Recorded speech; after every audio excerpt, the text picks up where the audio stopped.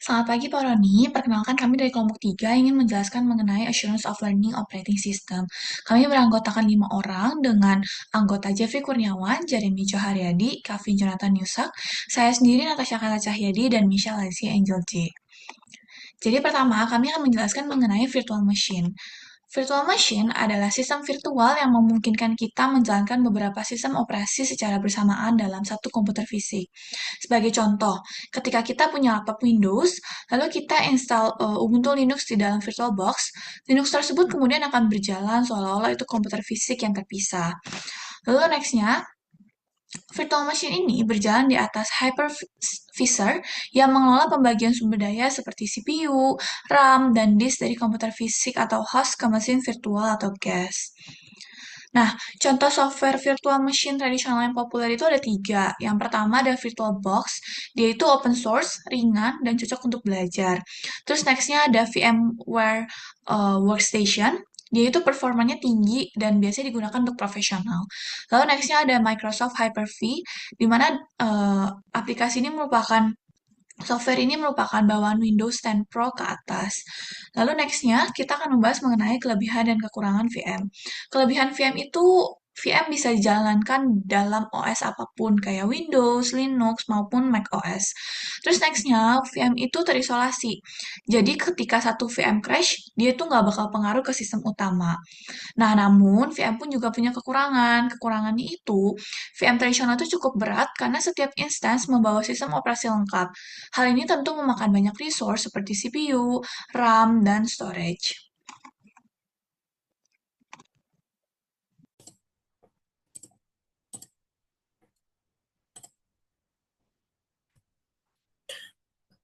Sekarang saya akan melanjutkan mengenai pembahasan mengenai Docker. Nah, di sini Docker ini hadir sebagai alternatif yang lebih ringan. Docker adalah sebuah platform open source yang digunakan untuk mengembangkan, mengirim, dan menjalankan aplikasi di dalam kontainer.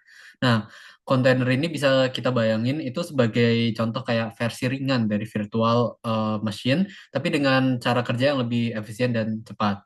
Nah, kontainer ini berjalan langsung di atas sistem operasi host tanpa membawa OS-nya sendiri. Ini membuatnya lebih cepat dijalankan, lebih ringan, dan lebih hemat sumber daya tentunya. Nah, selanjutnya ini komponen-komponen utamanya. Di sini contoh yang pertama adalah Docker Engine, di mana ini adalah kayak intinya dari Docker. Itu adalah yang kayak sebuah service yang berjalan di background dan bertanggung jawab untuk membuat, menjalankan, dan mengelola kontainer.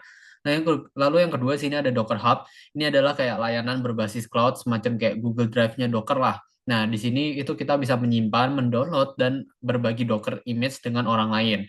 Nah, di sini kita bisa cari image-nya, contohnya kayak Nginx, MySQL, atau Python di Docker Hub ini.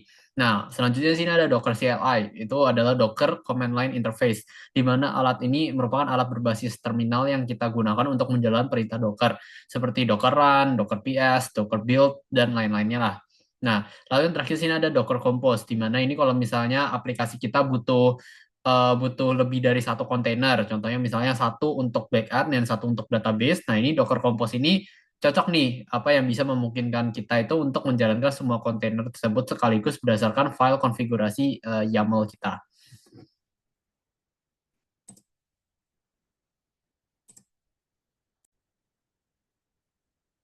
Oke, sekarang kita akan masuk ke kelebihan dan kekurangan dari Docker itu sendiri.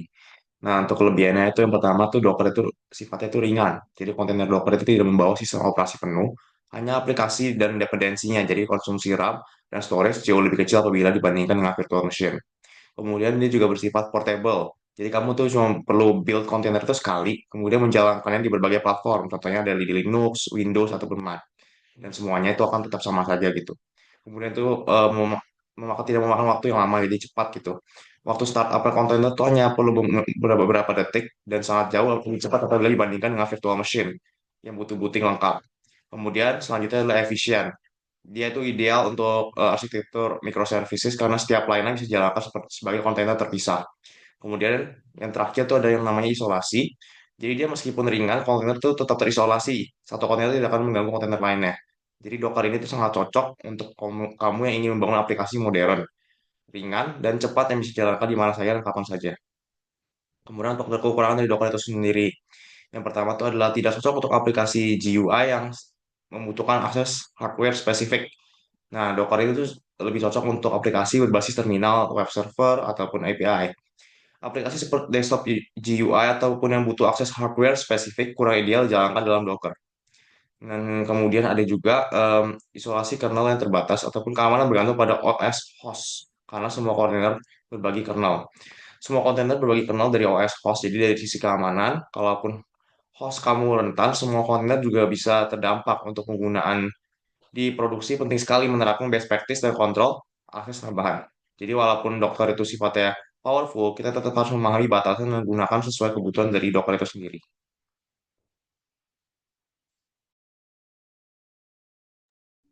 Nah, di sini selanjutnya saya akan menjelaskan cara untuk mendownload dan juga menginstal Docker di MacBook. Nah, karena device yang saya gunakan adalah Mac, maka langkah pertama yang saya lakukan adalah membuka browser dan juga mengakses situs resmi dari Docker dengan alamat docker.com/product/docker.stop. Nah, di halaman ini itu ada beberapa pilihan. Di sini saya bisa menekan download Docker desktop dan karena MacBook saya masih menggunakan Intel chip, maka di sini saya pilih opsi download for Mac Intel chip. Nah, di sini bisa langsung kita tekan dan nanti proses instalasi akan langsung berjalan dan langsung bisa kita tunggu sampai proses instalasinya selesai.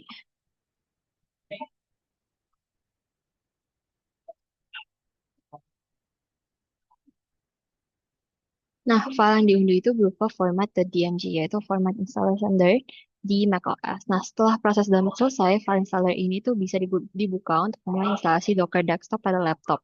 Nah, proses instalasinya sendiri itu cukup straightforward, jadi kita hanya perlu mengikuti instruksi yang muncul pada layar. Nah, biasanya macOS itu akan minta izin akses, misalnya ke file system ataupun jaringan. Jadi, semua izin ini harus kita berikan agar Docker itu dapat berjalan dengan baik di MacBook kita.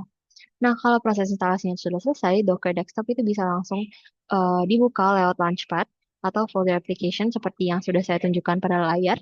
Jadi Docker di sini akan berjalan di background atau muncul di atas bar layar. Nah, di sini untuk memastikan Docker sudah terinstall dengan baik, saya membuka terminal, lalu saya juga akan mengetik perintah Docker version. Nah, di sini sudah berhasil muncul versi Docker-nya, yang artinya Docker itu berhasil reinstall dan juga sudah siap digunakan. Setelah itu, untuk memastikan Docker-nya benar-benar bisa menjalankan kontainer di dalamnya, saya jalankan perintah berikut. Docker run hello world. Di sini kita hanya perlu menunggu sebentar untuk diproses di terminalnya.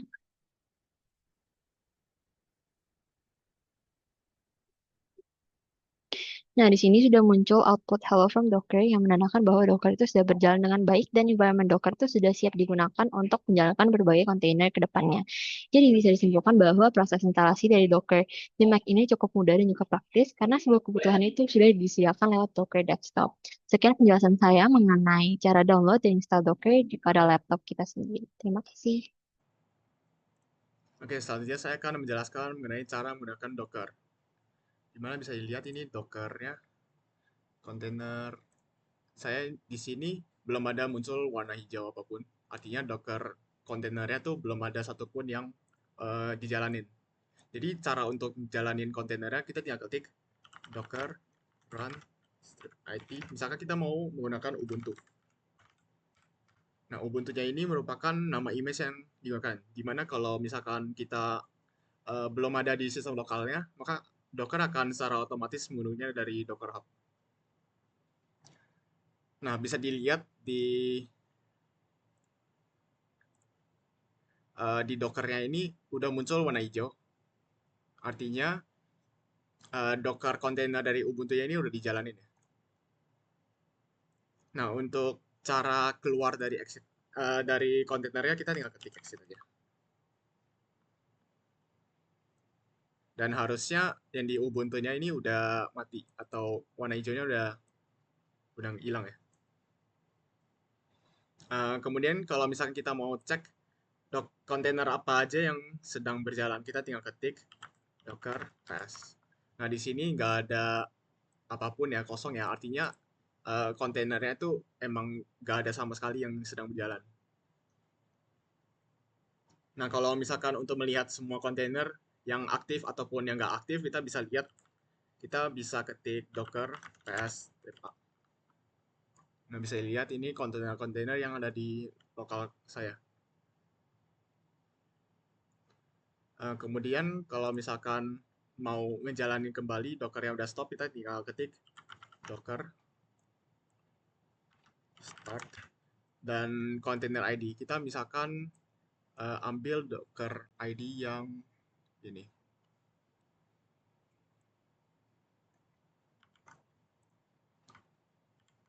Kita paste aja. Nah, ini udah jalan ya, soalnya ada tanda warna hijau di samping yang ini, Angry Chandras ini.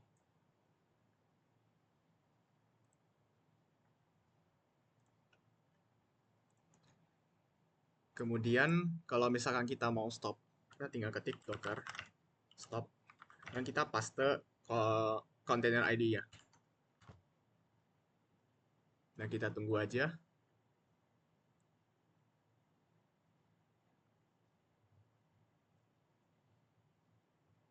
Nah, udah berhenti ya docker container ya. Udah nggak ada tanda hijaunya lagi. Dan kalau misalkan kita mau hapus kontainernya, kita tinggal ketik docker rm dan kita tulis container ID ya. Nah, ini udah terhapus, udah nggak ada di dockernya. Kemudian kalau misalkan kita mau pull image, kita tinggal docker pull dan image-nya itu Ubuntu. Jadi bisa mengunduh image dari Docker Hub.